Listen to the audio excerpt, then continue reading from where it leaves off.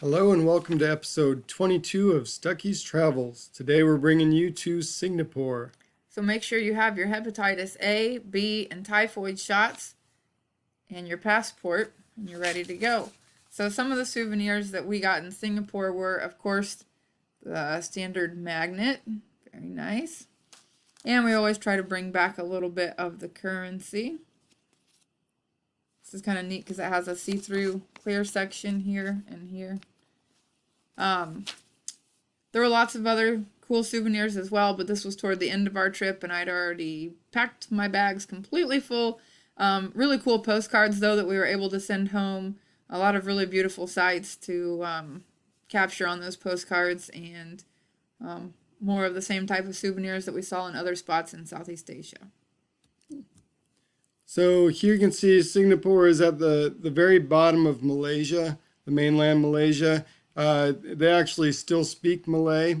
Used to be part of the country, but back in the 1960s, they decided they could be on their own, and they've done very well on their own. So Singapore is very small. The entire land mass is only 278 square miles. To put that into perspective, Warren County, Indiana, where we live, is 366 square miles. But packed within that space are a lot of people. About 5.7 million people compared to Warren County only having about 8,000 people. And Singapore is a very wealthy nation. There are 207,000 millionaires. It's a huge number. Yep. So one of the things you'll hear about Singapore is how amazing the airport is, and it lived up to expectations. There were living trees and plants all over. On the right hand side, this blurry picture sort of like reminded me of a Zamboni, like doing the ice, but it was a cleaning machine that just went around keeping the floors of the airport clean. There was also a butterfly garden in the airport. We heard that there was a movie theater. There's a swimming pool, depending on if you have a long enough layover. So a lot of really unique features in this airport. Yep. Singapore, unlike most of Southeast Asia, was much more expensive and much more like the United States with costs. So our hotel, which by the way was $71 a night for a hostel that was four-person rooms, and I'm using air quotes because there were just curtains, bed sheets hanging down between sets of bunk beds. Very expensive for lodging. It was literally the cheapest thing we could find, and it lived up to that expectation. But it was in Little India, and Little India had a lot of really cool things to see, including on the left-hand side, the Abdul Ghaffur Mosque, which was built back in 1907. Yep. And on the right, lots of different paintings all over town, which was really neat. So this was our first experience in Singapore, and we honestly felt like we were in India. So this is called the House of Tan Ting Naya or something like that. It's known for its bright colors. This whole section of Little India had really, really brightly colored buildings, but this one is the most famous for that. So just some more murals on the buildings. Very, very neat to see. You can see how crowded it was. This is what we envisioned all of Singapore being like because it was our first exposure. As it turns out, once we got away from Little India, it wasn't nearly this congested, but this area was very densely populated. And this was also pretty much right at dinner time. So everyone was getting off work and walking home and getting dinner along the way. We also saw a Hindu temple. And then we walked a good distance to a mall area, and along the way, just on the street corners at intersections, were these really cool things that reminded me of something we would see in like a parade on a float here in the U.S. They had lights on them, and it was interesting. Yeah, and as you guys will see through the pictures, this city or country was very, very clean. It was really because there's strict rules and laws. One of the souvenirs that I wish I would have bought in Singapore and didn't was they had t-shirts that had a list of the rules with the fines that you could expect to face. For example, chewing gum faces a very, very steep penalty. Certain areas, smoking has a really large penalty. Littering, not flushing the toilet, just a lot of things that we're not used to. Always flush the toilet, please. So that food court mall that we stopped at, it was neat because it had different types of food from other places in the world. So I had like fish and chips, which I didn't put in the picture. But Luke and Amira had Indian food. Being in Little India got them excited about Indian food. For Amira, she always had to look for this logo that's talking about where she can eat that's halal for her religion. And each country has their own sign for what that looks like. So in Singapore, that's what the sign looks like. It's a universal throughout the country. And they both had bakari, I believe is what it's called. Luke had lamb and Amira had chicken, and it was very spicy. And I had some Chinese food. You can see the soup there, and it was salmon with rice wrapped in egg. So I assume it was Chinese food. We're going to say it was. So this is the Victoria Theater. This is where the Singapore Symphony Orchestra is housed, and so you could go there to see a show. And here you can see just how pretty they tried to make the city, putting this bridge in green lights. So this is the Mirror Lion. It is the mascot of Singapore. So you see this a lot of different places. The sports teams have adopted it with their logo, or you'll see cartoons with it. It's a mythical creature with a lion head and the body of a fish, and it sort of personifies Singapore, I guess. And it's been a mascot for quite some time. This was probably at least 20 feet tall, maybe more. It's a big sculpture shooting water out into the bay. And this is looking across the bay, one of the most expensive hotels in the world. As a matter of fact, the number 2 most expensive to build, $5.5 billion just to build this hotel. It's up on top. Is the world's largest and world's highest infinity pool. So it's over 50 stories in the air. I believe like maybe 57th floor, something like that.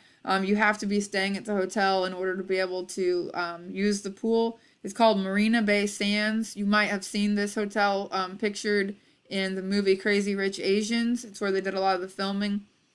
So very, very neat complex. So from across the bay during the evening light show, the entire structure, you can see it was blue, now it's red. It switched colors to the music and to with the lights. And here's a nice picture during the day. We're a little bit closer. You can see just how many floors it is up to the very top. And this is inside. So Marina Bay Sands Hotel also has a very large casino and a mall. A lot of the shops in the mall are very high-end, expensive shops, but there are some shops that you may have heard of before in the U.S. But so the picture on the left is a picture from inside the mall. And then on the right, just outside the mall, is an area called Olympic Walk. It was from the 2010 Youth Olympics. And along that walk, there are trees from every nation that participated in those Olympics. So this is the pool that's on the top. You can see it's very, very long, stretches out, and you can see the view a little bit over to the side of the city. Yep. And overlooking one side, you could overlook the bay, the night light show, the entire city. We'll show some more pictures in a bit. And then on the other side of the pool where the hot tubs were, you could overlook the gardens and the parks. And the ocean itself instead of just the bay. So just another view of the pool. And then at night, what the pool looked like. So now we've left the Marina Bay Sands area and gone to Garden by the Bay. Garden by the Bay is a huge complex that includes many amazing feats of engineering. These are called the super trees. There are 18 of these super trees in the complex. These trees have living plants growing on them. So the trees themselves are concrete and steel, but they've actually planted 158,000 plants from around the world that can sustain the climate of being in Singapore. And so plants from all over the world growing on these super trees. Yep, and you can tell which trees have been there the longest because they have the most plants growing up. And eventually, those plants are going to cover all those branches. So one of the cool things about the super trees is at night there's a light show. So we've tried to show as it's getting dusk and then as the light show is starting. I highly recommend going to YouTube and just typing in Super Grove light show and watching one of them. It's pretty amazing. The one that we saw was called Rhapsody. You can see how they change colors. And then this is when Miles was talking about being able to overlook from the hot tub down onto the Garden by the Bay area. You can see all the ships out in the ocean at the top, and then you can see what that view looked like both during the day and at night. Yeah, so the light show is going on with the trees on the picture on the right also. So next, when you go to Garden by the Bay, you have some decisions to make. If you're going to Singapore and that's the main focus of your trip, then you're going to want to pay the 28 Singaporean dollars to get into those two domes that you see on the left-hand side. However, those are the two features that you have to pay for. You can see the super trees or the rest of the complex without having to pay. So if you're on a real shoestring budget, you wouldn't have to go into these two domes, but they were pretty spectacular, so we recommend the splurge. So tons and tons of flowers and plants. One of the domes was the cloud forest. The other dome. The other dome was called the Flower Dome. So these were all actually part of the cloud forest that had that 6-story tall waterfall that you saw in the previous picture. And then these pictures are from the Flower Dome. They have a lot of things that were carved out of wood. There were also sections from different continents of the world with plants from those continents. The special exhibit at the time was roses, so all of these pieces were brought in special. Kind of in the center of the dome is where they can have rotating exhibits that they bring in special for the occasion. So this is outside of the domes. You can see one of the dome in the background, but there's a lot to see in the park for free. So Carvings, sculptures, you name it. One of the things I enjoyed seeing was the water monitors. There's, I think, 3 different species maybe that live on this peninsula, but they were so big. The one on the right-hand side maybe doesn't look that big because the picture is being taken from a distance, but it was taking up about half of the lane of the road or bike area. and this part of the park was known as World of Plants. As you can see, they've cut out all these different plants into these animal shapes. So there was also some outdoor art pieces. This is probably one of the more famous ones. It's called Floating Baby, or The Planet is its like official name. It is 7 tons and over 30 feet long. Really cool backdrop of the city skyscrapers in the distance, but unexpected as we walked around the corner to see this. So this gives you a nice view of the cityscape across the bay from the top of the Marina Bay Sands Hotel. And just another view spanning further to the right hand direction. And then at night, it's hard to get non-blurry pictures at night, but it was truly an amazing sight.